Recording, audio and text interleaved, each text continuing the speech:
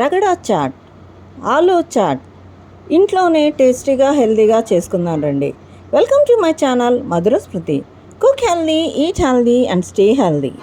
ఒక కప్పు తెల్ల బఠానీలని శుభ్రంగా కడిగి రాత్రంతా నాననివ్వండి, లేదా 8 నుంచి 10 గంటలు నానినా కూడా సరిపోతుంది.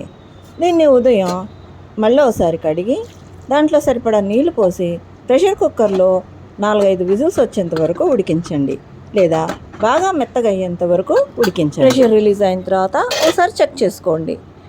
ఇలా మెత్తగా ఉడికితే సరిపోతుంది. ఇంకా ఉడకలేదంటే మరోసారి ఉడికించండి.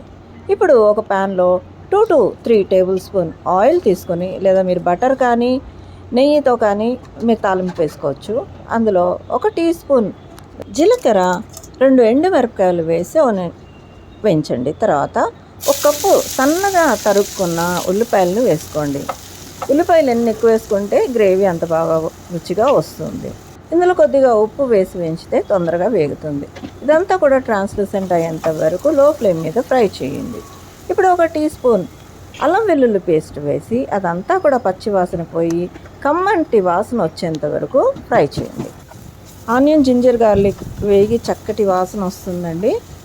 ఇప్పుడు కావలసిన మసాలాలు వేసుకుందాము. ఇందులో చిటికెడు పసుపు, 2 టేబుల్ స్పూన్లు కారపొడి లేదా మీ రుచికి తగ్గట్టుగా కారపొడి, 1/2 టీ స్పూన్ జీలకర్ర పొడి, 1 టేబుల్ స్పూన్ ధనియాల పొడి, 1 టీ స్పూన్ గరం మసాలా పొడి, అది ఆప్షనల్ అండి.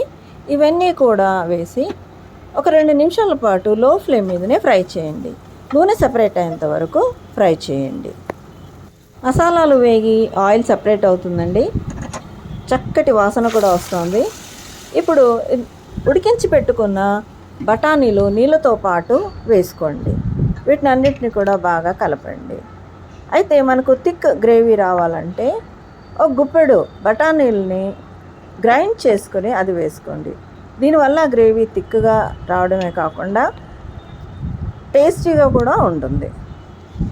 మీకు కావాల్సిన గ్రేవీకి తగ్గట్టుగా మీరు నీళ్ళు యాడ్ చేసుకోవచ్చు. దీన్నంతా కూడా బాగా కలియబెడుతూ ఉడికించండి. ఒక 5-10 నిమిషాలు ఉడికిస్తే సరిపోతుంది, లేదా నూనె సపరేట్ అయ్యేంత వరకు ఉడికించండి. ఇప్పుడు రుచికి తగ్గట్టుగా 2-3 టేబుల్ స్పూన్ల నిమ్మరసాన్ని వేస్తున్నాను. మీ రుచికి తగ్గట్టుగా ఆమ్చూర్ పౌడర్ కానీ చింతపండు నీళ్ళను కానీ వేసుకోవచ్చు. చాట్ అంటేనే కొద్దిగా పులుపు తీపి కలగలిపి ఉంటుంది కాబట్టి ఆ పులుపుకి తగ్గట్టుగా మీ రుచికి తగ్గట్టుగా మీరు ఏదైనా యాడ్ చేసుకోవచ్చు. లేదా sweet and sour tangy flavour కల చట్నీని కూడా సర్వ్ చేసుకునేటప్పుడు యాడ్ చేసుకోవచ్చు.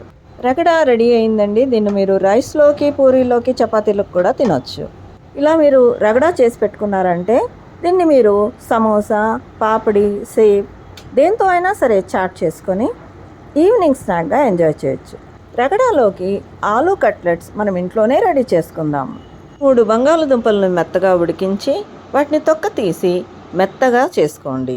ఇందులో ఇప్పుడు మనకు కావలసిన మసాలాలు వేసుకుందాం.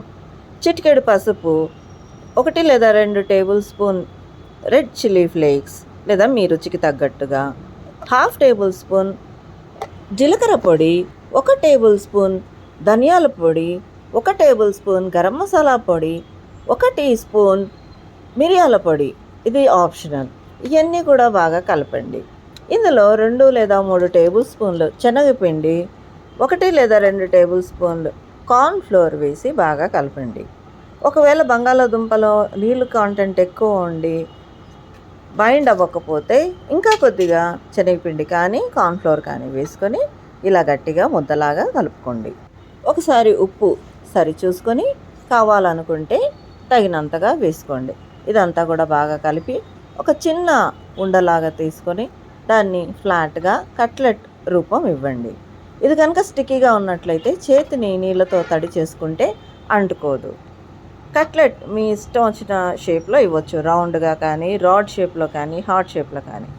వీటిని కాగుతున్న నూనెలో వేయండి. ఇక్కడ నేను షాలో ఫ్రై చేస్తున్నాను. దీనికి 2-3 టేబుల్ స్పూన్ల నూనె సరిపోతుంది. ఒక 2 నిమిషాలు లో ఫ్లేమ్ మీద కాల్చండి, కదిలించకండి. 2 నిమిషాల తర్వాత మరోవైపుకు కూడా తిప్పి లో ఫ్లేమ్ మీద 2-3 నిమిషాలు కాల్చండి. అంతే, టేస్టీ ఆలూ కట్లెట్స్ రెడీ.